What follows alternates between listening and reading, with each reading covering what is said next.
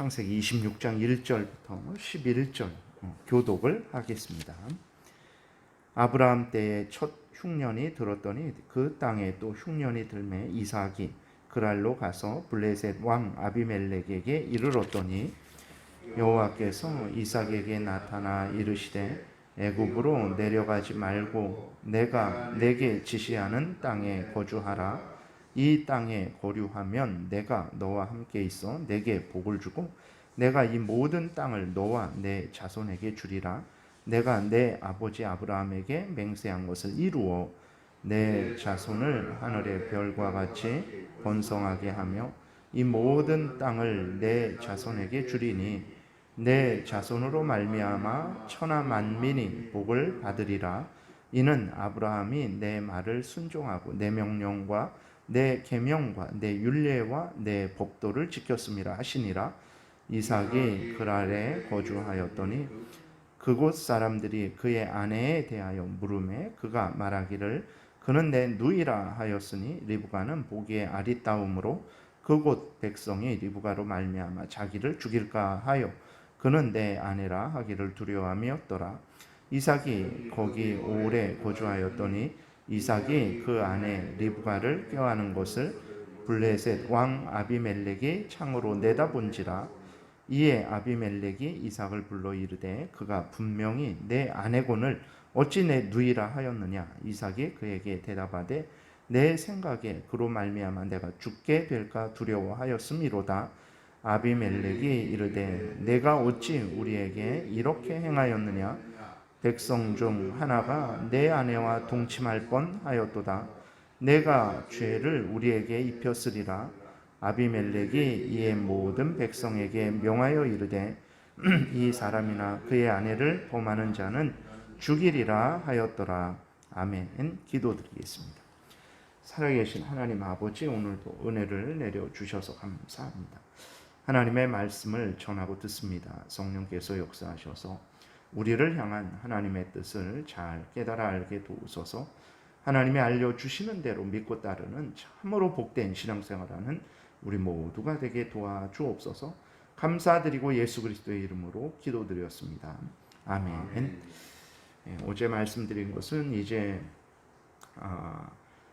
하나님을 믿는 귀한 하나님의 택한 백성들인 아브라함과 또 이삭임에도 불구하고 많은 어려움을 당한 것을 우리가 성경을 통해서 확인하게 됐습니다. 그래서 오늘도 마찬가지입니다. 우리들이 하나님을 믿고 또 하나님을 잘 섬기고 살아가면 이 땅에서 어려움도 없을 것이고 또 물질적으로 또 어떤 정치적으로 아니면 육체적으로 모든 부분에 있어서 다 채워지고 또 형통하게 될 줄로 우리는 기대를 하죠. 그러나 실상을 보게 되면 그렇지는 않습니다. 그런 경우도 있지만 그렇지 않은 경우도 아주 많죠. 그래서 우리가 하나님을 믿고 살아가는데 왜 어려움이 있을까라고 했을 때 이상하게 생각하지 마시고 우리가 오늘 본문에서 읽었던 대로 이삭이 그 먹을 것이 없을 정도의 그 위기를 닥치거든요. 흉년이 닥쳤는데 하나님을 믿으면 하나님께서 역사하셔서 이삭에게는 하나님을 믿는 이삭이니까 이삭에게는 그러한 많은 먹을 것을 허락해 주어야 되는데 그러지 않습니다. 이삭도 먹을 것이 없어서 그랄이라는 곳으로 옮겨가야 될 정도였고 사람도 창세기 12장에 보게 되면 거기 도착했는데 하나님 말씀 따라서 도착했는데 거기에서 바로 맞닥뜨린 사건이 어떤 사건이냐면 흉년을 이제 맞이하게 되죠. 그래서 도저히 먹을 것이 없어서 애굽까지 내려가는 먹을 것을 찾아서 애굽까지 내려가는 그러한 경우를 당했습니다. 그래서 하나님을 믿는다고 해서 이 땅에서 문제없고 형통하고 그런 것 아닙니다. 물론 우리가 게으르고 나태하고 우리가 범죄해서 그러한 고난을 당할 때는 그것을 그런 징계를 받는 거죠. 그것은 하나님이 주시는 좋은 차원에서의 고난이 아니라 형벌에 대한 죄에 대한 형벌로서의 재앙인 것입니다. 그때는 철저하게 우리가 회개하고 속히 돌이켜야 되는 거예요. 그러나 특별히 그러지는 않은데 어려움을 당할 때에는 이상하게 생각하지 말고 그럴 수도 있는 것이다. 하나님이 우리를 인도하시고 다스리는 하나의 과정으로서 그럴 수도 있는 것이다 라고 생각을 하고 하나님 앞에서 인내하고 견디고 더욱 하나님을 의지하는 그러한 신앙생활을 해야 되는 것입니다. 오늘 말씀드리고자 하는 것은 이제 이삭의 잘못에 대해서 좀 살펴보고자 합니다. 그 가나안 땅에 흉년이 들었어요. 그래서 이삭이 블레셋 왕 아비멜렉이 사는 그러한 그랄이라는 곳으로 이제 옮겨갑니다. 근데 그곳에 도착을 했는데 아주 두려움이 갑자기 들었어요.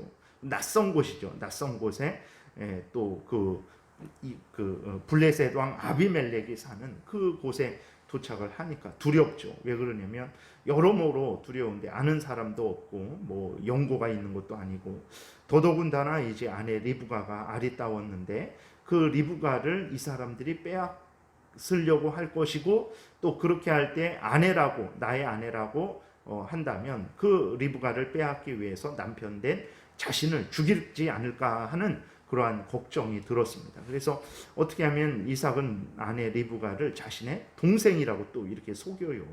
이는 아버지 아브라함이 범한 잘못과 똑같은 잘못을 범하는 거예요. 근데 이것이 이건 인간성이 정말 안 됐다 이런 것이 아니고 그 상황이 아브라함도 그렇고 아브라함도 뭐 정신이 없는 사람이겠습니까? 그러지 않죠. 75세에 부름을 받았을 때에 뭐 정말 그 모든 인생을 살아본 사람이잖아요. 그래서 이 인생을 정말 어떤 게 위험하고 지금 상황은 도저히 내가 감당할 수 없다. 아니면 지금 상황은 좀 견디면 감당할 수 있다. 그런 걸 다 판단할 수 있는 그러한 나이란 말이에요. 근데도 불구하고 아브라함이 그 아내 사라를 누이 동생이라고 이렇게 이야기할 정도 되면 그 상황이 얼마나 심각하고 두려운 상황이겠습니까? 근데 어쨌든 그것은 잘못이죠. 그것은 잘못인데 아브라함도 2번씩이나 그렇게 했단 말이에요. 그래서 애굽에 내려갔을 때 또 블레셋에 이렇게 있을 때 2번씩이나 잘못을 했는데 이삭도 똑같은 잘못을 범하는 거예요. 그러니까 이것이 이삭도 뭐 생각이 없는 게 아닙니다. 이삭도 지금 나이가 이렇게 꽤 많이 최소한 60살 이상 넘은 거죠. 그 에서와 야곱을 낳았을 때가 60살에 에서와 야곱을 낳았으니까 그 이후의 일인데 그러니까 그 일이 그 상황이 너무나 두려웠던 거예요. 그래서 나름대로 이제 그 돌파구를 찾은 것이 무엇이냐면 아내 리브가를 자신의 동생이라고 속이는 그러한 결정이었습니다. 이는 분명한 것은 잘못된 것입니다. 왜 그러냐면 오늘 본문에 보게 되면 2절부터 보게 되면 하나님께서 이삭에게 나타나셨어요. 이삭에게 나타나셔서 말씀을 하십니다. 2절부터 보게 되니까 여호와께서 이삭에게 나타나 이르시되 애굽으로 내려가지 말고 내가 내게 지시하는 땅에 거주하라. 이 땅에 거류하면 내가 너와 함께 있어 내게 복을 주고 내가 이 모든 땅을 너와 내 자손에게 주리라.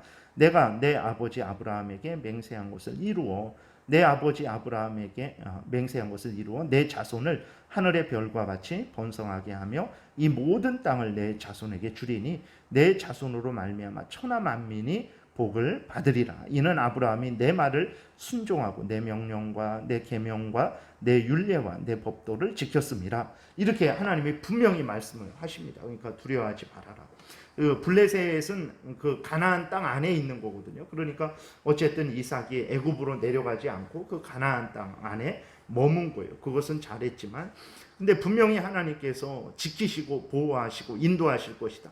그리고 그 이후의 구원 역사에 대해서 반드시 너를 통해서 이룰 것이다. 그것은 이제 이삭과 아내 리브가를 또 자녀들을 지켜주신다라는 하나님의 그 약속이 분명한 그 도움이 있어야 그 이후의 일도 진행되는 거죠. 그래서 전체적으로 봤을 때 정말 하나님께서 이삭을 지키시고 보호하실 것이다 라고 그렇게 말씀을 하셨음에도 불구하고 이삭이 블레셋에서 와 보니까 그 현실은 감당할 수 없는 현실이었던 거예요. 그러니까 나이가 60이 넘어서 두려워서 내가 죽을까, 정말 내가 죽을 것 같다라는 그러한 상황, 그러한 느낌을 받을 정도니까 그게 얼마나 힘들고 어려운 상황이었겠습니까? 그러나 하나님이 분명히 말씀을 하셨어요. 그런 일이 있을 줄 알고 하나님께서 분명히 먼저 나타나셔서 내가 너를 도와줄 것이다.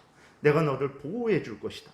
내가 너에게 복을 줄 것이다. 내가 너를 지켜서 내가 이루고자 하는 그 구원 역사를 이룰 것이다. 그러니 걱정하지 말고 나를 신뢰해라 라고 이렇게 말씀을 하셨는데, 그 현실에 그 두려움에 그 닥쳤을 때에 이삭은 하나님을 신뢰하면서 하나님의 철저한 은혜의 도움을 구하지 못하고 이제 나름대로 잘못된 속이는, 이거 범죄죠. 이것도 죄를 짓는 것이죠. 그러한 범죄를 행한 것을, 잘못을 행한 것을 우리는 확인하게 됩니다. 우리도 마찬가지죠. 이 세상을 살아가다가 우리도 많은 어려움을 당하게 됩니다. 그때 우리가 그 어려움을 극복할 수 있는 가장 좋은 길은 무엇이겠습니까? 나름대로 이 계획을 세우고 저 계획을 세우고, 우리의 계획을 세우지 말라라는 게 아니라, 계획을 세우더라도 우리는 어떻게 해야 되냐면 하나님이 성경을 통해서 알려주시는 그 합법적인 테두리 안에서, 성경 말씀 안에서 계획을 세우고 또 그 모든 일을 행해야 된다라는 거예요. 근데 이삭은 하나님이 하신 말씀을 벗어나서 거짓말로 하나님을 신뢰하지 못하는 가운데 그 계획을 세워서 그 어려움을 모면할 줄 알았던 거죠. 그게 잘못입니다. 우리도 여러 가지 계획을 세우고, 인간이니까 우리가 할 수 있는 상식적인 그러한 판단을 하고 조심하고 미리 준비하고 그런 일들을 해야 되죠. 그러나 하나님을 신뢰하는 가운데, 하나님의 말씀이 허락하는 가운데에서 그러한 계획을 세우고 준비를 하고 이제 피할 길을 생각해야 되는데, 우리도 그러지 않고 나는 아내를 팔아버리지는 않았을지라도 내가 하나님을 철저히 신뢰하지 않았다면, 그리고 성경에서 알려주는 그 테두리를 벗어났다면 그것이 바로 하나님 앞에서 범죄하는 것이고 하나님이 기뻐하시지 않는 일이라는 것을 우리가 기억해야 됩니다. 아무리 하나님이 우리 눈에 보이지 않고 들리지 않죠. 근데 인간의 도움, 인간의 손길, 그 다음에 우리가 이 땅에서 나름대로 계획하는 것은 당장에 써먹을 수 있고, 그것이 우리 눈에 보이고 또 확실하게 우리를 지켜줄 줄로 우리는 생각이 되지만, 그러나 절대 그렇지 않습니다. 하나님의 미련한 것이 인간의 지혜로운 것보다 난 거예요. 하나님의 미련하지도 않죠. 그러나 하나님의 계획이 아주 미련해 보여요. 힘들고 어려울 때 하나님께 의지하고 하나님만 붙들고 다른 방법을 사용할 수 있는데, 그게 하나님이 허락하시지 않은 방법이니까 사용하지 않고 그저 하나님을 신뢰하는 가운데 하나님이 허락하신 그 안에서 견디고 인내하고 해결하려고 하니까 우리가 봐도, 우리 자신이 봐도 그렇고 다른 사람이 봐도 그렇고 답답하단 말이에요. 그러나 그 답답한 것이 가장 안전하고 가장 우리에게 확실한 구원을 열어준다라는 것을 우리는 분명히 믿어야 됩니다. 하나님 말씀, 이 말씀 이게 무슨 의미가 있겠습니까? 그러니까 로마 카톨릭 사람들이 종교개혁자들을 보고, 그들은 힘도 있고 권력도 있고 그 모든 것을 가지고 있었어요. 근데 종교개혁자들은 다른 뭐 신부의 권위, 뭐 교회의 권위, 물론 하나님 존중하지만 성경 안에서 올바로 존중했지, 그것을 과도하게 높여갖고 성도들을 자기들의 손 안에 움켜쥐고 그러지는 않았단 말이에요. 그렇게 되니까 그렇게 했죠. 그래서 종교개혁자들은 오직 성경 말씀이 허락하는 그 범위 안에서만 그 신앙생활을 했어요. 그러니까 답답하죠. 로마 카톨릭이 종교개혁자들을 봤을 때 답답해요. 그러면서 뭐라고 조롱을 했냐면, 이 종이 호랑이라고 그랬어요. 호랑이인 줄, 호랑이 같이 무섭고 뭐 그렇게 대단한 무엇이 있는 줄 알았더니 그냥 이 종이를 믿고 있는, 이 성경 말씀, 종이에 기록된 성경 말씀을 저렇게 철저하게 믿고 살아가는, 어리석어 보이는 거죠. 야, 이 답답이더라. 그런다고 일이 되냐? 라고 이렇게 아주 조롱하는, 그것이 바로 그 종이 호랑이를 믿고 살아간다라고 그렇게 종교개혁자들을 조롱했던 거예요. 여러분, 그게 종이 호랑이를 믿고 어리석게 살아가는 것입니까? 아닙니다. 왜 그러냐면 이것은 살아계신 하나님의 진리의 말씀, 생명의 말씀, 능력의 말씀이라는 것을 우리가 기억을 해야 되는 것입니다. 베드로가 말했잖아요. 자기가 예수님을 보고 들은 것을 전했단 말이에요. 그러나 자기가 예수님을 보고 들은 것을 전한 것보다도 더 확실한 것이 있다. 그게 뭐냐? 성경이다. 아니, 어떻게 성경이 베드로가 예수님하고 3년 동고동락을 하고 그 동고동락한 그대로 전하고 이렇게 사람들에게 알려주는 것보다 어떻게 성경이 더 확실한가? 베드로가 예수님과 동고동락하면서 전한 내용은 스스로 자기 기억을 자기가 임의로 전하는 거예요. 자기가 그것을 거짓말을 하는 건 아니죠. 그러나 어쨌든 자기가 전하는 거예요. 그러나 성경은 어떻게 기록된 것입니까? 성령께서 그 성경을 기록하는 사람들을 붙드셔서 그들의 마음, 그들의 기억, 그들의 생각, 그들의 모든 것들을 주관하셔서 오직 하나님이 원하시는 그 내용만 기록하게 한 거예요. 그러니까 베드로가 거짓말한 게 아니라 정말 예수님하고 경험한 것을 전했지만 항상 성령이 영감한 게 아닙니다. 그건 베드로가 우리가 어제 뭐 했지? 그러면서 어제 이거 했어 라고 거짓말하지 않는 거지만 그건 내가 생각해서 말하는 거란 말이에요. 그러나 이 성경은 성령이 감동하셔서 모든 한 글자, 모든 내용, 모든 것들이 실수 없이 오직 하나님의 뜻만 기록되도록 성령께서 그 저자들을 감동시키셔서 오직 하나님의 말씀만 기록하게 한 거예요. 그러니까 베드로가 분명히 말을 하죠.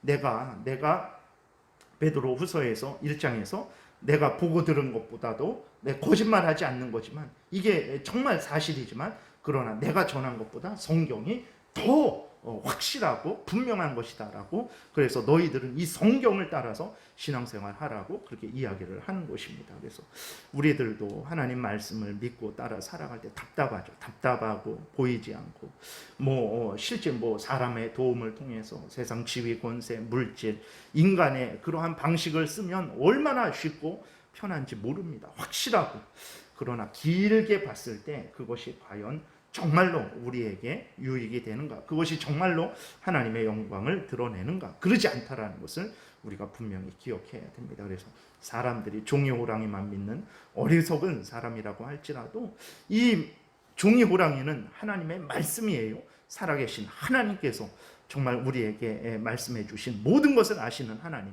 가장 지혜로우신 하나님이 우리로 하여금 일상생활을, 신앙생활을 어떻게 살아가야 할지를 알려주시는 하나님의 말씀인 것입니다. 그렇기 때문에 하나님의 말씀을 우리는 철저하게 믿고 이 말씀 따라서 생각하고 말하고 행동하고 무슨 계획을 세우더라도 하나님을 신뢰하는 가운데 하나님의 말씀이 허락하는 가운데 계획을 세운다면 그것이 답답하고 느리고 또 그렇게 했는데 망할 수도 있는 거예요. 그렇게 했는데 망하지 않는다. 그건 아닙니다. 망할 수도 있는 거예요.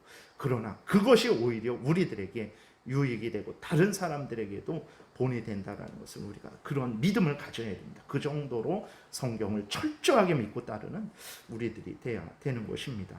이삭은 그렇게 하지 못했기 때문에 이것이 기록되어서 우리가 이삭이 잘못했구나 그것을 이야기할 수 있는 것이고 또 우리도 마찬가지입니다. 이삭이 어리석은 게 아니에요. 앞에서 말씀드렸지만 60 넘은 사람이 내가 죽을 것 같다라는 느낌을 받아서 이제 아내를 누이 동생이라고 속일 정도면 그 상황이 얼마나 힘들고 어렵겠습니까? 우리도 인생을 살아가다 보면 이러한 상황을 맞닥뜨리게 될 거예요. 이럴 때 어떻게 해야 되냐? 정말 우리도 깨어서 기도하지 않으면 이삭과 같은 범죄를 저지를 수 있는 거죠. 그래서 정말 하나님을 더 신뢰해야 되고 어떤 형편 처지이든지 간에 하나님을 신뢰해야 되고 하나님의 말씀을 굳게 붙들어야 됩니다. 그것은 다른 인간적인 방법을 쓰지 말라라는 게 아니라 쓰더라도 하나님을 신뢰하는 가운데 성경이 허락하는 안에서 내가 모든 일을 할 수 있는 것이지 하나님보다 사람을 더 신뢰하고 물질을 신뢰하고 그 다음에 성경이 알려주는 울타리를 벗어나서 다른 계획을 세운다면 그게 불신앙을 가진 사람들하고 전혀 다를 바가 없다라는 것을 우리가 기억해야 됩니다. 그래서 결국은 어떻게 됩니까? 이삭이 이제 그 아비멜렉에게 책망을 받습니다. 그래서 9절부터 보게 되면 아주 아비멜렉이 이삭을 심히 책망해요. 이에 아비멜렉이 이삭을 불러 이르되 그가 분명히 내 아내군을 어찌 내 누이라 하였느냐. 이삭이 그에게 대답하되 내 생각에 그로 말미암아 자기 생각이에요. 하나님 말씀을 따른 게 아니라 내가 죽게 될까 두려워하였음이로다. 10절 아비멜렉이 이르되 내가 어찌 우리에게 이같이 행하였느냐. 백성 중 하나가 내 아내와 동침할 뻔하였도다. 내가 죄를 우리에게 입혔으리라. 이렇게 책망을 합니다. 우리가 신앙적인 부분에서 하나님만이 참된 하나님이고 예수 그리스도만이 유일한 구원자다. 이것을 주장할 때는 불교와도 충돌하게 되고 무당하고도 충돌하게 되고 또 이슬람하고도 충돌하게 되죠. 그건 어쩔 수 없어요. 그거는 우리가 철저하게 그렇게 해야 됩니다. 그러나 윤리 도덕적인 부분에서 인간적으로 올바르게 살아가는 부분에서 불신앙을 가진 사람들에게 책망을 당한다. 아니 기독교인인데 어떻게 그렇게 더 탐욕적이야? 나보다도 더 탐욕적이네. 나보다도 더 돈을 밝히네. 나보다도 더 이기적이네. 이러한 말을 듣는 것은 그리스도인이 부끄러운 일이라는 것을 기억해야 됩니다. 그러니까 이삭이 하나님만 섬기다가 책망을 받았으면 그것은 고난이고 오히려 기뻐하고 즐거워해야 될 일이지만 그렇게 거짓말을 해갖고 아비멜렉이 오죽하면 너 때문에 우리 다른 백성들이 범죄할 뻔했는데 이게 무슨 일이냐라고 책망을 당한 것은 참 부끄러운 일입니다. 그래서 우리도 정말 앞에서 말씀드렸던 대로 하나님을 신뢰하는 가운데 하나님 말씀에 근거하게 되면 신앙적인 부분은 물론이고 윤리적인 부분에 있어서도 정말 우리가 올바른 삶을 살아가게 될 것입니다. 항상 하나님 중심으로 말씀 중심으로 살아가시는 여러분들 되시기를 바랍니다. 기도드리겠습니다. 살아계신 하나님 아버지, 오늘도 은혜를 내려주셔서 감사를 드립니다. 우리는 너무나 연약하고 부족합니다. 어렵고 힘든 일이 닥치게 될 때, 갑작스럽게 고난이 닥치게 될 때 어찌할 바를 알지 못하고 또 정말 우리 나름대로 가장 좋은 길을 선택한다고 하지만 그것이 믿음 안에서 보게 됐을 때 잘못된 경우가 많습니다. 이 어리석은 우리들을 불쌍히 여겨주시고 때마다 일마다 주장하셔서 항상 어떤 형편 처지일지라도 하나님을 신뢰하게 도우시고 성경이 알려주는 대로 믿고 따르게 도우소서. 느리고 답답할지라도 가장 복된 것이고 가장 하나님의 영광을 드러낼 것이고 가장 내 자신에게 유익을 줄 것이고 또 다른 사람들에게도 정말 본이 될 것을 믿습니다. 항상 하나님 중심, 말씀 중심의 신앙생활하는 우리 모두가 되게 도와주옵소서. 감사드리고 예수 그리스도의 이름으로 기도드렸습니다. 아멘. 찬양하